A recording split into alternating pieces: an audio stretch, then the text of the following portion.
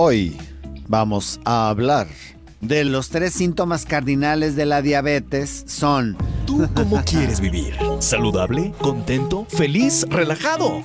Radio Mujer te dice cómo mantener y recuperar tu salud en un programa que te orienta de pies a cabeza. Quiero vivir. Los temas médicos de tu interés tratados por un especialista, el doctor Gilberto Priego. Tu cita está lista. Adelante.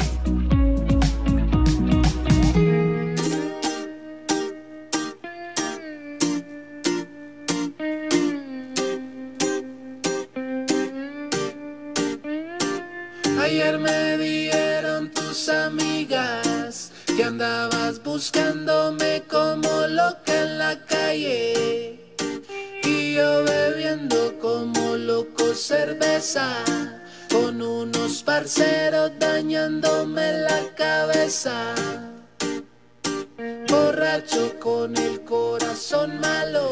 Bienvenidos a este su programa Quiero Vivir. Yo soy el doctor Gilberto Priego y hoy, como todos los días, primero dándole gracias a Dios nuestro Señor de haber despertado y haber despertado con bien, te doy a ti la más grata y cordial bienvenida a este tu cachito de medicina, tu segmento en donde lo único que queremos es que aprendas medicina por el simple hecho de aprender, punto y se acabó. Hoy tenemos muchas cosas para todos ustedes, pero como platillo principal vamos a estar contestando preguntas de ustedes para que, bueno, todas las dudas que han tenido, que hemos ido acumulando, preguntas muy interesantes, poderlas contestar todas, porque finalmente este programa tiene una prioridad, y esa prioridad son ustedes que nos están escuchando. Recuerda que nuestro programa Quiero Vivir se transmite todos los días de 8 a 9 de la mañana a través del 1040-1040 de amplitud modulada y se retransmite a las 11 de la noche. Nos puedes también buscar en la biblioteca de audios y videos. Se pueden meter a través del www.radiomujer.com.mx o directamente en YouTube le picas Radio Mujer y va a salir todos los programas de Radio Mujer, y luego ya filtras Quiero Vivir y en esa forma van a salir todos nuestros programas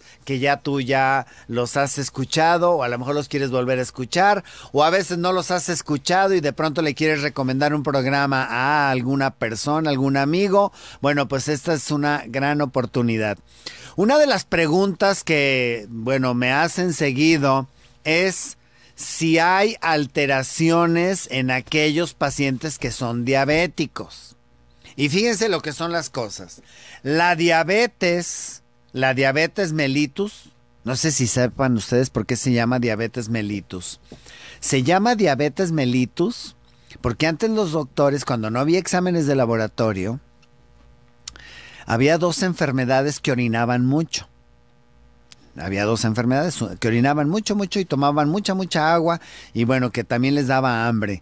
Entonces, los 3 síntomas cardinales de la diabetes son hambre, mucha sed y mucha orina. Entonces, había 2 tipos de pacientes: la diabetes insípida, que no tiene sabor, y la diabetes mellitus. Mellitus, que proviene de la miel, de la melaza. Entonces ustedes van a decir, a ver, ¿cómo está eso? Sí, cuando un paciente tenía estos 3 síntomas, mucha hambre, mucha sed y mucha orina, entonces el doctor le pedía que orinara, y ¿qué creen?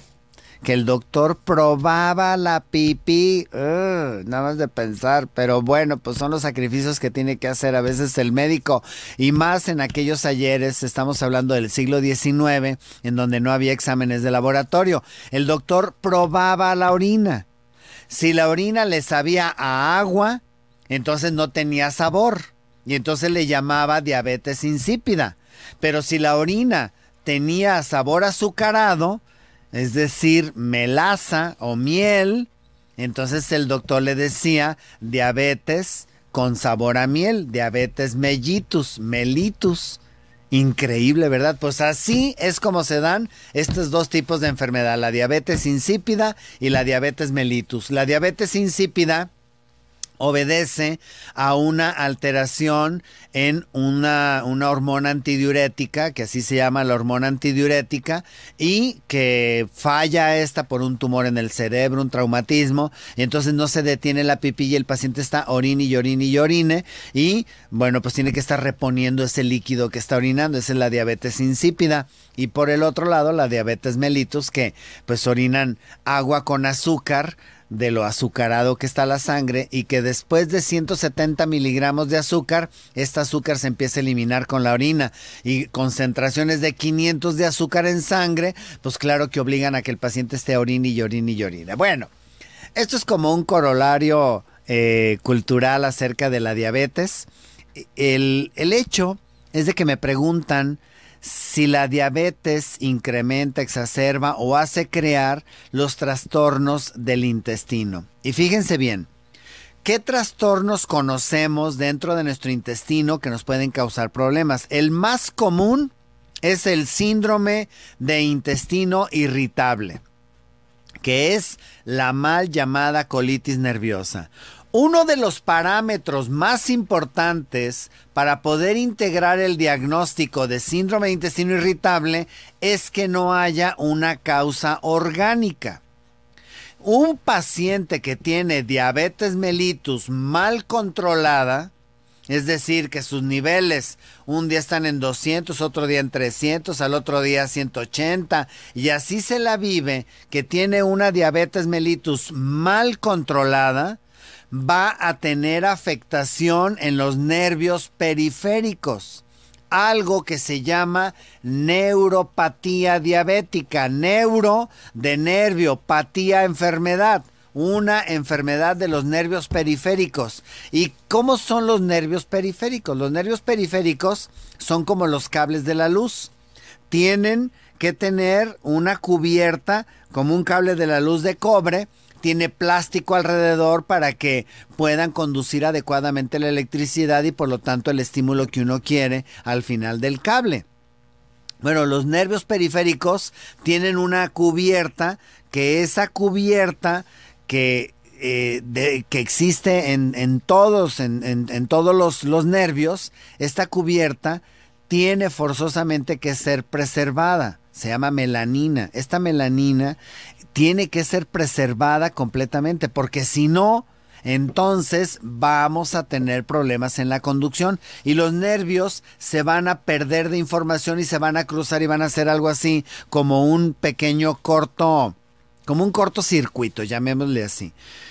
Esta neuropatía va a tener consecuencias en el funcionamiento adecuado de los órganos a los cuales llegan estos nervios.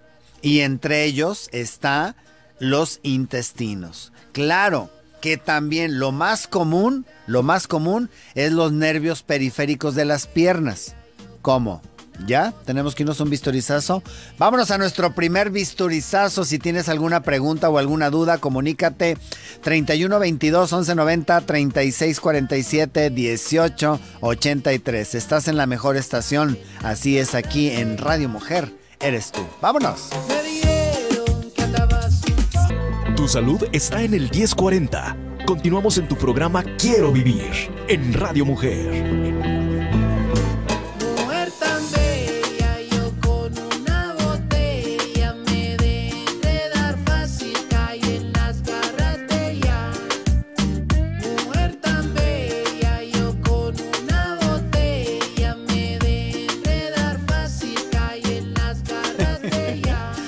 Ya estamos aquí de regreso en este su programa Quiero Vivir, hoy platicando poquito de todo. Ay, no. Hay cada personaje que te hace reír como no tienes una idea. Ya les platicaré después. Bueno, déjenme les digo que la neuropatía diabética, la más conocida, es la neuropatía diabética periférica, es decir, la de las piernas, en donde el paciente siente cosquilleo, hormigueo, mucha sensibilidad. O sea, por ejemplo, le roza la tela o los zapatos o el calcetín y sienten como algo que les arde, les quema, les duele, les lastima. Esto es precisamente porque la cubierta que tiene el nervio se desaparece. Ese es el efecto de tener un azúcar descontrolada. Se pierde y entonces el cable se empieza a cruzar con los otros cables y la información se trastorna y bueno, se viene un problemón porque controlar adecuadamente esto se vuelve pero muy muy difícil. Esto es lo más común, que sean los nervios periféricos de las piernas o de los brazos, pero también se llegan a afectar los nervios de las vísceras, algo que se llama neuropatía visceral, o sea, de las vísceras. Y esta neuropatía visceral lo que va a hacer es que el paciente de pronto tenga manifestaciones similares a un intestino irritable, a una mal llamada colitis nerviosa, que consiste en de pronto estreñimiento, o pueden tener diarrea, o pueden tener la combinación de diarrea-estreñimiento, o pueden tener evacuación normal, pero se les distiende el abdomen, o se puede asociar la diarrea y el estreñimiento a la distensión abdominal. Pueden tener dolor abdominal, pueden tener muchos gases, pueden tener ganas de ir a evacuar, llegan y no hacen nada, o de pronto están evacuando y no pueden dejar el excusado porque quieren seguir evacuando, les molesta, les duele, sienten como esa urgencia de ir a defecar, si no sienten que se les va a salir y luego van y no defecan nada. O sea, esta gama de manifestaciones es algo que simula perfectamente un síndrome de intestino irritable. Por lo tanto, aquel paciente que tiene una enfermedad de diabetes no controlada y llega con manifestaciones intestinales, estamos más que obligados para checar que no sea una manifestación de neuropatía. Si el paciente es un paciente diabético, súper bien controlado, que sus niveles de azúcar son los adecuados, que su hemoglobina glicosilada, recuerden ustedes que la hemoglobina glicosilada es el promedio de glucosa de los últimos 3 meses, si el paciente por ese lado está muy bien, entonces podemos llegar a pensar que se trata de un intestino irritable y darle un tratamiento adecuado. ¿Cuál es la diferencia entre el tratamiento de un síndrome de intestino irritable a un paciente que tiene manifestaciones como de síndrome de intestino irritable, pero que es secundario a una neuropatía diabética, una neuropatía visceral diabética, en que tenemos que dar tratamiento para la neuropatía diabética? Si tú no le das tratamiento a la neuropatía diabética, de poco te va a servir el tratamiento para las manifestaciones que son diarrea, estreñimiento, distensión, gases, flatulencia, dolor en el ano, en el recto. Todo esto, pues de poco te va a servir. ¿Cuál es la primera medida para el control adecuado de esto? Que el paciente tome conciencia de que tiene que llevar un control adecuado del azúcar en su sangre. Si el paciente no entiende que debe de controlar el azúcar en su sangre, la verdad, pues casi ni perder el tiempo. O sea, casi decirle al paciente, si usted no controla, todo el medicamento que yo le dé no le va a servir. La base de un buen tratamiento está dada en que el paciente va a llevar un control adecuado de su diabetes. Aquí el paciente tiene que tomar la conciencia de quererse a sí mismo. Si el paciente no se quiere a sí mismo, no se va a cuidar. Y recuerden ustedes que nada más tenemos un cuerpo. Nuestro espíritu posa dentro de nuestro cuerpo y no lo podemos cambiar. Es un solo cuerpo. Una de las reglas básicas del crecimiento interior es quererte a ti mismo. Y quererte quiere decir cuidarte. Y cuidarte es checar que todo esté funcionando adecuadamente. Si esto no está sucediendo, entonces pues ahora sí que ¿para qué? Pues ¿para qué le das tratamiento si no se cuida? Le vas a dar la medicina y ni se la va a tomar. Una de estas condiciones es primero cuidarse adecuadamente de la diabetes. Después de que logra el paciente tener un control adecuado del azúcar, lo que tenemos que hacer es darle medicamento que le ayude a rehabilitar esta cubierta de melanina que tiene el nervio periférico. Esta cubierta debe de ser ahora sí como rehabilitada lo más que se pueda, para que en esta forma el nervio pueda llevar adecuadamente su función de conducción del estímulo eléctrico a los órganos efectores, que son en este caso pues las vísceras, en este caso por ejemplo los nervios de sensibilidad intestinal y los nervios que mueven nuestros músculos intestinales para que pueda caminar adecuadamente nuestro intestino. Esto no está exento en que le des tratamiento para el síndrome, ahora sí como si fuera síndrome de intestino irritable. Si el paciente tiene diarrea, pues hay que darle medicamentos que controlen la diarrea. Si el paciente tiene estreñimiento, darle medicamentos que le quiten ese estreñimiento. Si el paciente tiene distensión, revisar si tiene sobrepoblación bacteriana para poderle dar un tratamiento para combatir la sobrepoblación, quitar los gases, quitar el pujo, quitar esas ganas de seguir evacuando, el dolor rectal y toda la gama de manifestaciones que tiene el síndrome de intestino irritable, pero que en este caso se trata de una neuropatía diabética, pero el tratamiento finalmente es el mismo. Si el paciente tiene dolor, hay que darle medicamento para el dolor, si tiene distensión, para la distensión, y el paciente tiene que mejorar per se a la hora de estar en forma concomitante todo este tratamiento. Cuando nosotros logramos esto, el paciente va a cambiar su vida. No le podemos quitar la diabetes, tampoco las manifestaciones. Es una ilusión decir que estamos curando a un paciente con estas características, pero de que le vamos a disminuir muchísimo las molestias a tal forma que tenga una buena calidad de vida, se los puedo garantizar que sí se va a lograr. El paciente va a mejorar mucho de tal manera que lo que menos va a traer son síntomas. Bueno, otra de las preguntas que también seguido me hacen es ¿cuándo operar a un paciente que tiene reflujo? O sea, ¿cuándo es la cirugía? ¿Tiene que haber una hernia hiatal de por medio para poder decirle al paciente te tienes que operar de la hernia hiatal?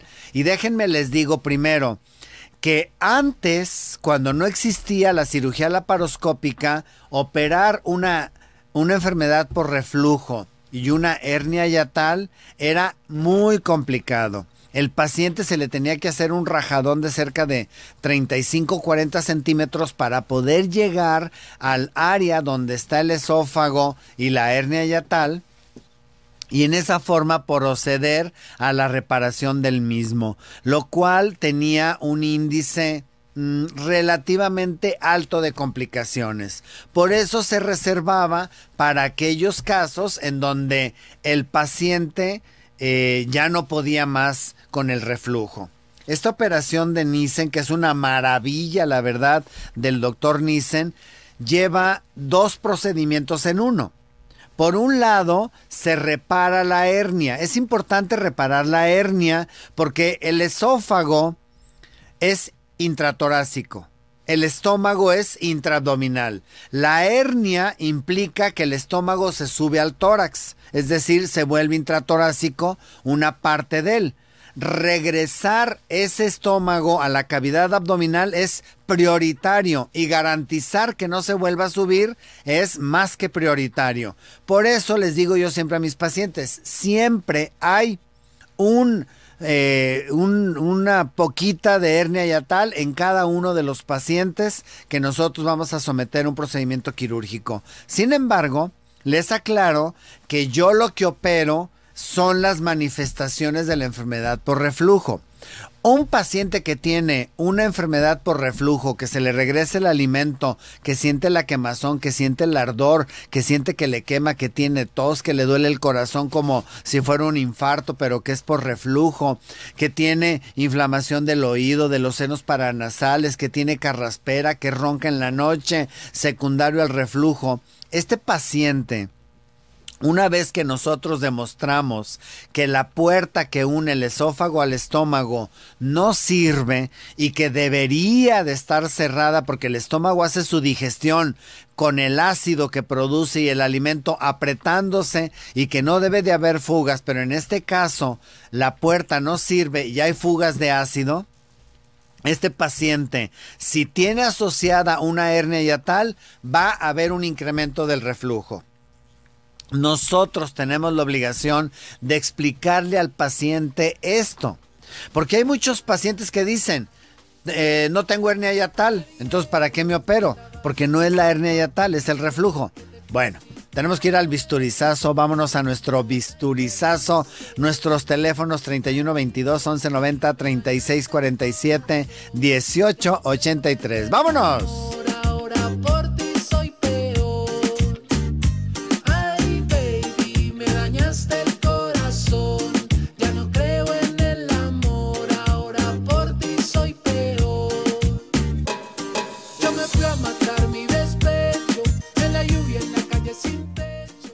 ¿Eres una persona saludable? Descúbrelo aquí, en tu programa Quiero Vivir, en el 1040 Radio Mujer. Ayer me dieron tus amigas que andabas buscándome como loca en la calle y yo bebiendo como loco cerveza. Ya estamos aquí de regreso en este su programa Quiero Vivir, aclarando preguntas que nos han hecho ustedes mismos, ustedes radioescuchas, a quienes les damos las gracias por estar sintonizándonos y estando aquí en su preferencia. Recuerda que estás en la mejor estación, así es, aquí en Radio Mujer eres tú. Nos puedes buscar y escuchar y ver a través de la red www.radiomujer.com.mx. Nos puedes buscar en Facebook, nos puedes buscar en Twitter, nos puedes buscar en Radio Mujer YouTube, o sea, te metes a YouTube, luego le pones Radio Mujer y van a aparecer todos los programas. ¿Le quieres todavía filtrar más? Bueno, pues entonces le pones Radio Mujer, Quiero Vivir y van a aparecer los programas que tenemos ahí para que tú revises la gama de temas que tenemos en una audio videoteca ahí en YouTube. Estábamos hablando entonces de la enfermedad por reflujo y la presencia de hernia hiatal. Entonces, no es que sea un indicativo tener hernia hiatal para operarte.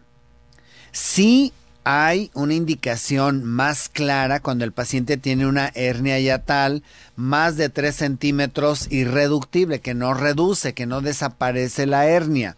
Esa es una indicación casi absoluta para que el paciente sea operado. Pero lo que realmente nosotros operamos, bueno, yo al menos como cirujano experto en enfermedad por reflujo, lo que yo opero es la enfermedad por reflujo. Es decir, que el ácido del estómago sube por el esófago, lo quema y da manifestaciones y o complicaciones en este esófago. Eso es lo que yo realmente opero. Yo opero realmente eso. De tal forma que cuando me van a hacer mi cafecito, qué rico, que ya se acabó. Bueno, lo que yo realmente opero es la enfermedad por reflujo y sus complicaciones. Ahora bien, es importante reparar la hernia hiatal y todo se hace por vía laparoscópica. Ya no hay lo que las personas llaman láser, que no es un láser realmente, es mínima invasión. ¿Qué quiere decir mínima invasión? Mínima invasión quiere decir que son 5 pequeños agujeritos y a través de esos 5 pequeños agujeritos hacemos toda la cirugía. Toda la cirugía es hacer que el estómago quede dentro del abdomen. Es decir, hay que despegar el esófago para que libere el estómago y quede dentro del abdomen. Esto quiere decir que vamos a reparar la hernia hiatal, tenga o no tenga.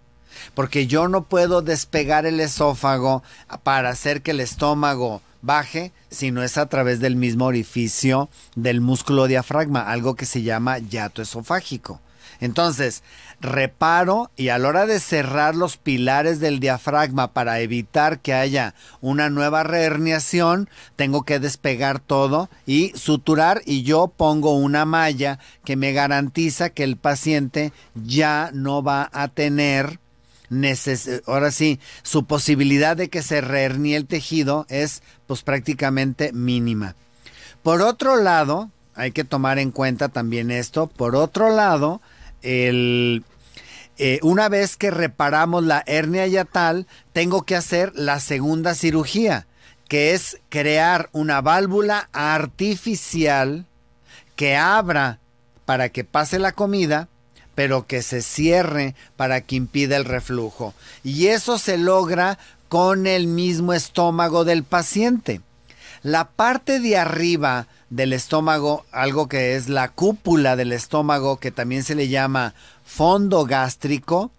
Este fondo gástrico tiene fibras musculares circulares que permiten despegarlo del vaso. Este es un paso importantísimo, algo que no hacen muchos cirujanos, despegarlo del vaso para poder rodear con este mismo estómago el esófago y coserlo al frente, fijándolo al esófago en un segmento de unos 2 a 3 centímetros más o menos, y en esa forma mi estómago, que está abrazando al esófago, tiene una doble función. Por un lado, el estómago se encuentra apretado, siempre está apretado el estómago, entonces esto me va a apretar el esófago y va a comprimirlo, evitando que haya reflujo. Pero el estómago, cuando viene el alimento, se relaja. Se relaja, o sea, se hace así aguadito y se relaja, se expande para recibir al alimento. Como ahorita el estómago está rodeando al esófago, entonces al relajarse, ¿qué es lo que pasa? Que permite que el alimento pueda pasar y llegar al resto del estómago. Entonces, en esta funduplicatura, la técnica que yo realizo es la técnica de Nissen de 360 grados. Esta técnica lo que hace es evitar, es una válvula artificial que evita que haya un reflujo. De esta cirugía, para que se den una idea, yo ya tengo más de 300 pacientes operados con esta técnica de Nissen. A todos los pacientes les hacemos manometría para checar que la motilidad del esófago y del estómago son adecuadas, para poder garantizar lo más que se pueda un éxito en la cirugía, y lógicamente con esto sí se le está curando el problema al paciente. Se está resolviendo, por un lado, que el estómago se sube al tórax, y por otro lado le estoy creando una válvula que va a evitar que haya reflujo, pero que va a permitir que pase el alimento.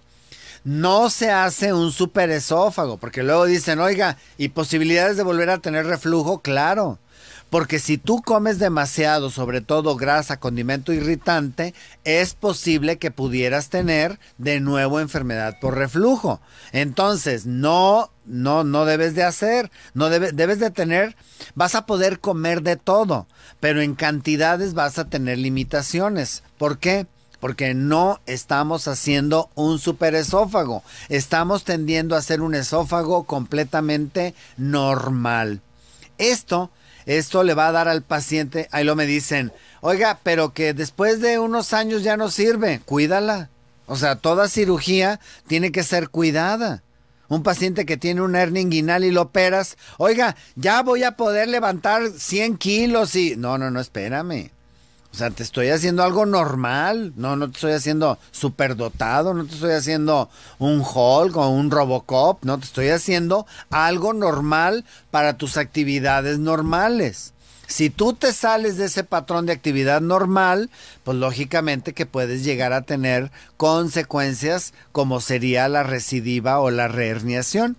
Los pacientes que están operados, que yo les aplico una malla, siempre les digo, 4 o 5 semanas, guárdate de hacer ejercicios intensos. ¿Con qué objeto? Con el objeto de que la malla se pegue al tejido, se encarne, como decimos, y en esa forma pueda seguir funcionando para que el paciente no se vuelva a reherniar.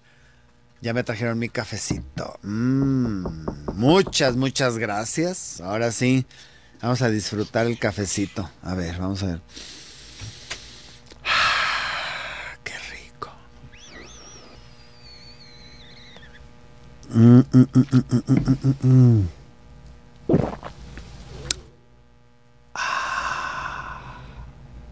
Qué cosa más rica, qué bárbaro. Y ahora viene la salivita impregnada de café. No la tires, saboreala. Qué rico.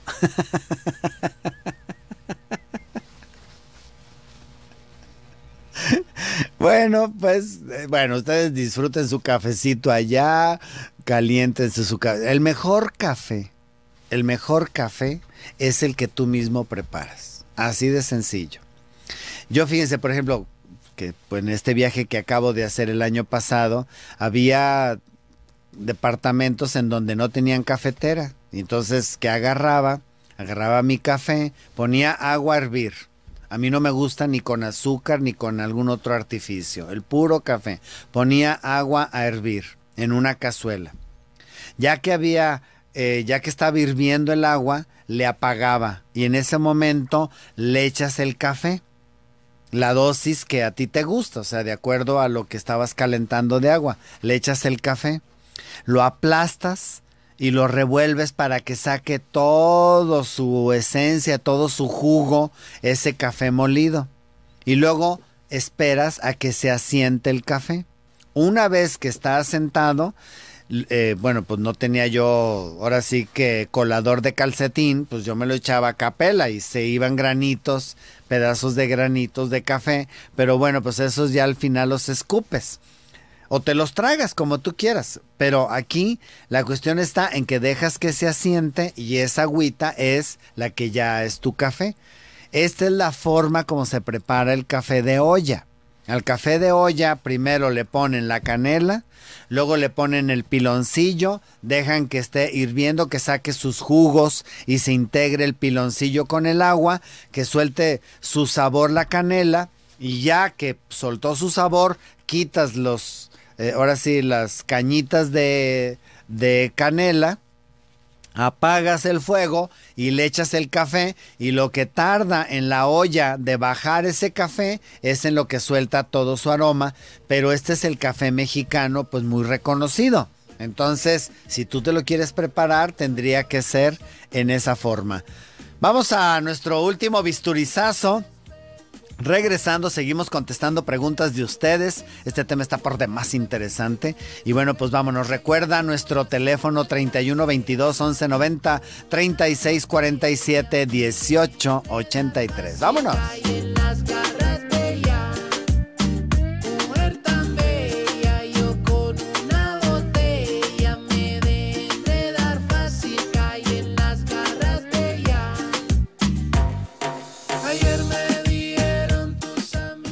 Una buena salud es un deber para ti mismo. Sigamos escuchando Quiero Vivir en el 1040 Radio Mujer.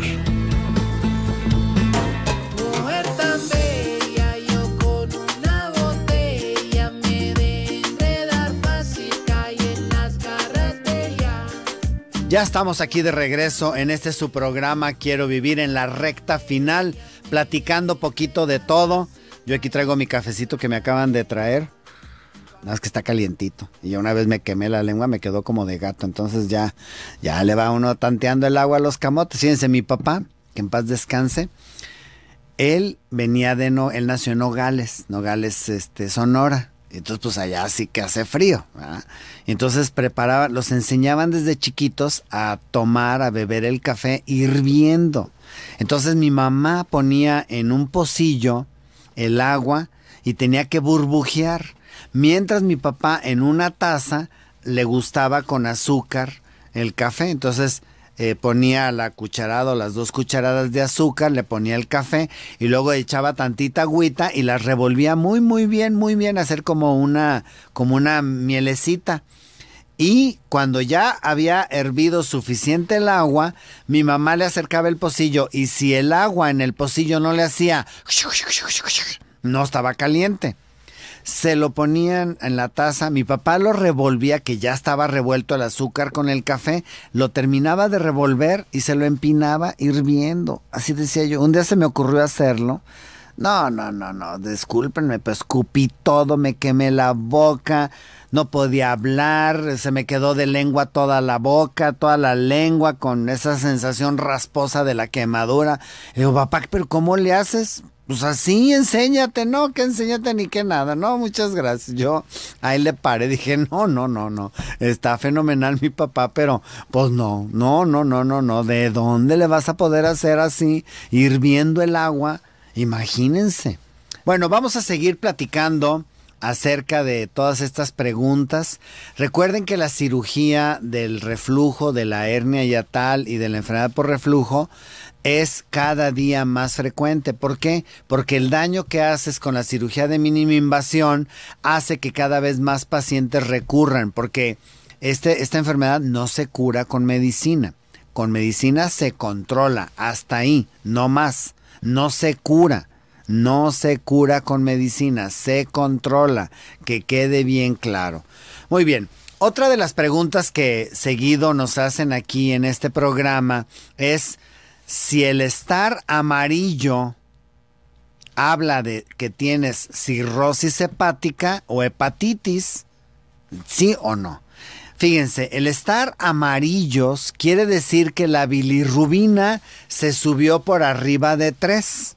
Es muy raro que un paciente que tiene máximo 3 miligramos por decilitro de bilirrubina se ponga amarillo. Generalmente se ponen amarillos cuando tienen 4 o 5 y uno lo alcanza a percibir así como que estás amarillo, no pálido, que es diferente, no pálido, ¿verdad? Porque pues ahora sí, está la anécdota del negrito que se está mareando ahí en el trabajo y entonces les dicen, ¿qué te sientes? ¿Te sientes mal o qué? Sí, dice, estoy pálido. A ver, le digo, ¿cómo un negrito se pone pálido? ¿Cómo está como un negrito se pone pálido? Sí, me pongo como grisáceo. Y yo, ¿cómo que como grisáceo? Y entonces todavía dice, pero ahorita voy a pedir una coca. Ah, le digo, ¿para que te suba el azúcar? No, para agarrar color. Pues está grisáceo.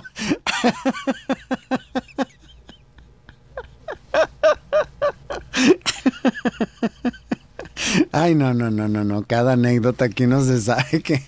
Bueno, van a terminarme corriendo de aquí, pero...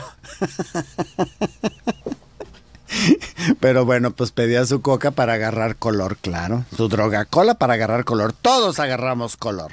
Bueno, déjenme les digo que otra de las preguntas que les digo que me hacen es esto amarillo que se ponen las personas. Fíjense bien, el estar amarillo es porque se está incrementando la bilirrubina en sangre. La bilirrubina habitualmente se produce y se elimina como sales biliares a través de la bilis al intestino delgado, en este caso el duodeno, y luego pues ya todo el proceso. Las heces fecales se pintan de café gracias a esta bilirrubina. Si no, saldrían de color blanco. Así es como así blanco, saldría la popó, saldría blanco. Cuando el paciente está evacuando de color blanco, ese es un signo que nosotros le decimos acolia, que esto quiere decir acolia, A de negación, colia color, o sea, no tiene color la evacuación, así se llama acolia. Igual que la pipí tendría coluria. Es decir, habitualmente la pipí es de un color amarillo citrino leve. Cuando tiene un color café, entonces decimos que tiene color, se llama coluria. Entonces, un paciente que no está aventando bilirrubina, el excremento sale de color blanco. Y si esta sangre se empieza a acumular en sangre, entonces ya estamos ante un problema.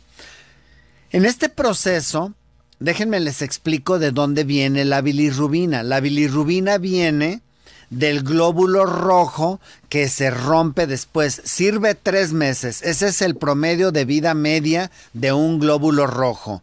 3 meses. Cuando ya se muere el glóbulo rojo, entonces suelta la parte de la hemoglobina. Y la hemoglobina tiene una parte de hierro y tiene una parte de biliverdina. Esta biliverdina se libera en la sangre. Tiene que ser captada por lo que es el hígado para convertirla en bilirrubina. La bilirrubina se convierte en directa o indirecta. Indirecta es cuando no es liposoluble, es hidrosoluble. Entonces, esta bilirrubina tiene que convertirse en bilirrubina directa para que se pueda ir hacia el intestino.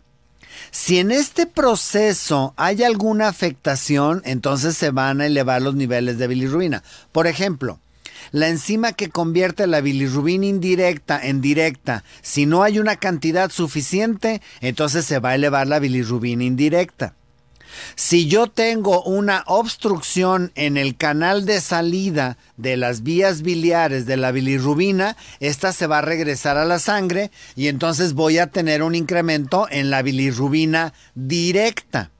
Este juego de en el examen de laboratorio ver cuál bilirrubina es la que está elevada, es lo que me va a dar las posibilidades. Si yo tengo un paciente que tiene la bilirrubina indirecta elevada, voy a pensar que tiene una enfermedad hepática que no permite que se convierta en bilirrubina directa.